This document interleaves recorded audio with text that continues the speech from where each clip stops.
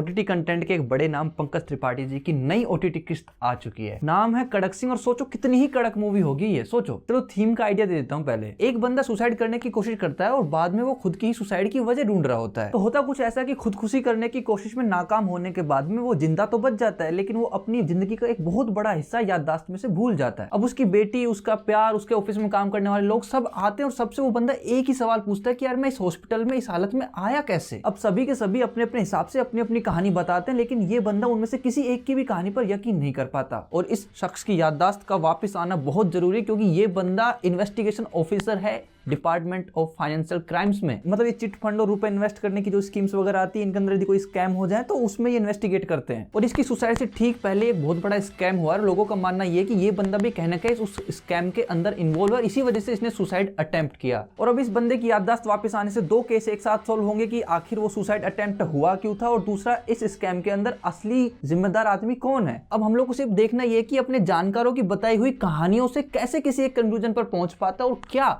असली माजरा सामने आता है। कुछ इसी तरह का क्राइम सस्पेंस ड्रामा देखने को मिलता है G5 पर आई हुई पंकज त्रिपाठी जी की नई फिल्म जिसका नाम है कड़क सिंह। अब देखो, मूवी की कहानी और प्लॉट इंटरेस्टिंग और साथ साथ कड़क बिल्कुल साउंड करता है। यहाँ तक कि मैं ये भी एक्सेप्ट करता हूँ कि इस मूवी की कहानी के अंदर कब 2 घंटे आपके निकल जाएंगे आपको मालूम नहीं चलेगा। लेकिन जैसे इस मूवी का क्लाइमैक्स आता है तब दिल और दिमाग दोनों चीख के कहते हैं कि भाई बहुत बढ़िया हुआ कि ये सिर्फ OTT पर आई, सिनेमा हॉल में नहीं आई, आती तो पिट जाती। क्योंकि इस मूवी की कहानी अच्छी लेकिन क्लाइमैक्स सेटिस्फाइंग नहीं है और सब कुछ बातों ही बातों में हुए जा रहा है। जो मूवी का मेन थ्रेट है वो हमें फील नहीं होता, और जिस राज पर से हम पर्दा उठने का पूरी मूवी में इंतजार करते रहते हैं, उस पर्दे को उठाने की बात को उन्होंने बिल्कुल ऐसे ठंडा ठंडा परोस दिया, मतलब पका के नहीं दिया, गर्म नहीं किया हमें। अब देखो, मुझे क्या लगता है कि अनिरुद्ध रॉय चौधरी जिन्होंने इस मूवी को लिखा भी है और उन्होंने डायरेक्ट किया है, उन्होंने पहले मूवी बनाई थी पिंक। तो उन्होंने ना प्लॉट बहुत ही बढ़िया सोचा, बहुत ही बढ़िया लिखा, लेकिन जिस हिसाब से सोचा और लिखा उस हिसाब से वो एग्जीक्यूट नहीं हो पाया। और ऐसा होता है, हम जैसी इमेजिनेशन करते हैं वैसा फाइनल रिजल्ट नहीं आ पाता। सभी एक्टर्स की एक्टिंग एवरेज थी, लेकिन पंकज त्रिपाठी सर जब जब स्क्रीन पर आते तब तो वो ज्यादा एंजॉयबल हो रहा था, ज्यादा एंटरटेनिंग हो रहा था। हालांकि मैं ये भी बात भी एग्री करता हूं कि भैया उन्होंने कुछ नया ट्राई नहीं किया, लेकिन जो भी उनके कैरेक्टर के साथ जा रहा था उन्होंने पूरा किया।